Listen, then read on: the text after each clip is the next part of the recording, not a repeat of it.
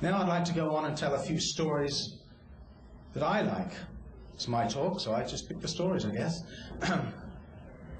This photograph is probably one of the most famous photographs of the 387th aircraft. It shows shooting in, dropping a string of bombs.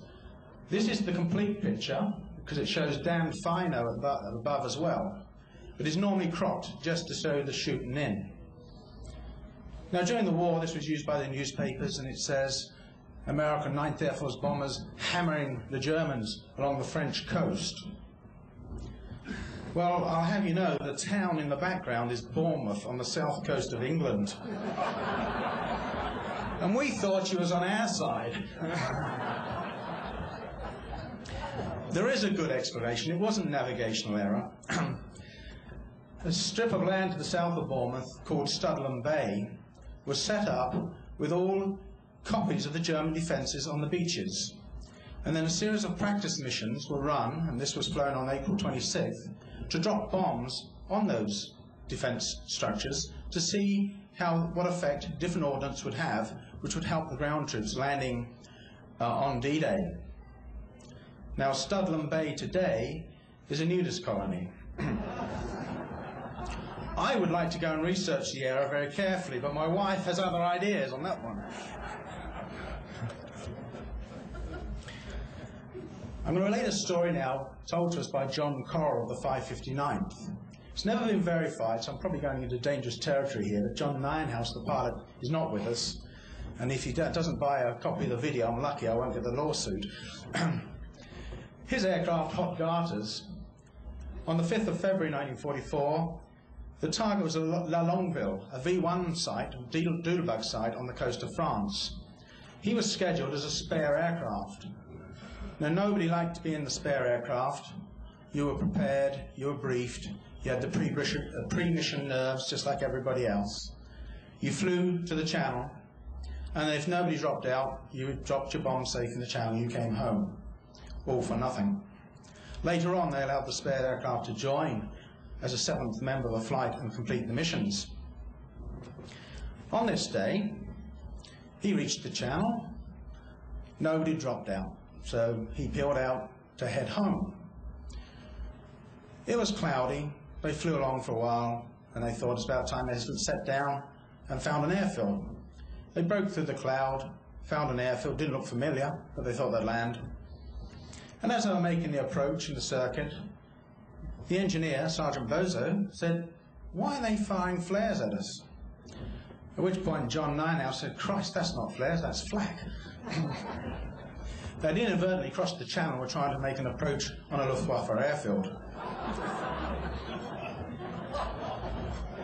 They hot-tailed out of there and headed back west, the right direction, above the clouds, flew along for a little while. It must be about time, we must be getting near to base. Let's let down again. They did, right over the centre of London, and the British ACAC started firing at them. So they had the honour of being fired at on both sides on the same day whilst they were the spare. But as they were fired at, they claimed the mission. On the same mission, Flight Officer Davis of the 558th took a flak hit to his right engine. He immediately released his bombs and headed back to England. His hydraulics were out as well. He had no brakes, he had no flaps. He landed at the first airfield he came to, which was Friston on the south coast near Beachy Head. Now, Friston is a fighter base and quite short. Without brakes, he overran the airfield and ended up in this state. Fortunately, none of the crew was seriously hurt. But quite miraculously is that you see the hedge line behind the aeroplane. There's a 200-foot cliff there. Very fortunate. He'd flown on single engine for 1 hour and 10 minutes, which at that time was quite an achievement. But for real single engine achievement, we've got to look to Captain Alan Sherman. Sherm to all his mates, seen here with his English girlfriend, whom he later married. 10 days after Flight Officer Davis's incident, he was flying to a V1 site at Benneville when his left engine was hit by flak and started to run very badly. He shut down the engine, pulled out of the formation, and headed home. Very quickly, 4 RAF Spitfires joined him on his wings and offered him protection, and he struggled back across the channel. Halfway across the channel, he got very concerned about the right engine cylinder head temperatures and oil temperatures, so he decided to restart the bad engine to assist the failing right engine. Just as he did so, the right engine cut completely. 2 single engines on one mission in a twin-engine airplane is quite something. If that wasn't enough, he returned to Chipping-Ongar, Willingale, and made an approach, but it was too high and too fast. So he calmly asked his co-pilot to raise the gear, raise the flaps, and he went round again on single engine. A remarkable feat of flying. Sherman was a very good pilot. Nobody thought it could be done. This was the aircraft he was flying that day, Mitch's Bitch.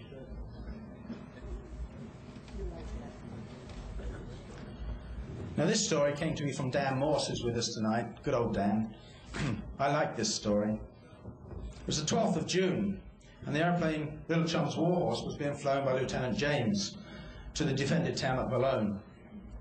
They took flak hit, again hydraulics out, but they cranked the gear down and circled the airfield whilst all the rest of the formation landed, and then came in for his landing. And he would use the air bottle to seize the brakes on and come to a stop. Well, they landed, they pulled the lanyard for the air bottle and nothing happened. That had been hit as well. And Dan says he was standing near the control tower when Lieutenant James went whizzing by, powerless to do anything, and Lieutenant James dipped his head, saluted, and disappeared into the English countryside. 2 fields later, Little Chum's Warhorse came to a halt. The crew got out and went away. The armament men removed all the ammunition, and the local kids used it as a toy. My father has still got the plexiglass from the tower turret, as some of you heard earlier today. So that's how that airplane remained. You can't have a talk about the group, I suppose, without talking about some of the rougher missions. One of the first real rough ones was the 25th of February 1944 to Venlo. It was a maximum effort, 3 boxes. Initially meant to be 3 boxes of 18, the standard pattern, but the 3rd box of the 558 Squadron, led by Major Richardson, was depleted by aborts and was down to about 16 or 15 aeroplanes.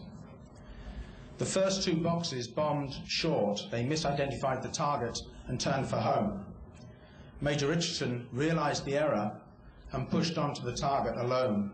The fighter escort had left with the others, thinking they would follow. This is the strike camera from Hot Rock, recording the bombs over Venlo Airfield. They turned off the target and headed for home. Halfway over the English Channel, German Focke-Wulf 190s intercepted them and quickly shot down 4 of their number, one of which was Lieutenant Falls and his aeroplane Buddy Falls, which is the aircraft you can see on the wing of Hot Rock. It was a hard price to pay, 28 men missing in the North Sea, including Major Richardson. It was a tough day for the group. And of course, none of you who are there will forget the incident on 9th of December 1944, when you're at Clastres, when Lieutenant Allman's aircraft hit prop wash on landing, overturned and crashed just off the end of the runway. The crash crews and others went to assist the crew getting out of the airplane. What they didn't realize is the bomb load of 16 250-pound bombs was still on board. The plane burned and the bombs exploded, killing 27 men and seriously injuring 10 more. Most of the dead were all the crash crews and ambulance crews of the group. What is disappointing from our point of view is that the names are not recorded in the records. We can name about half of them, and that is all, which I think is sad.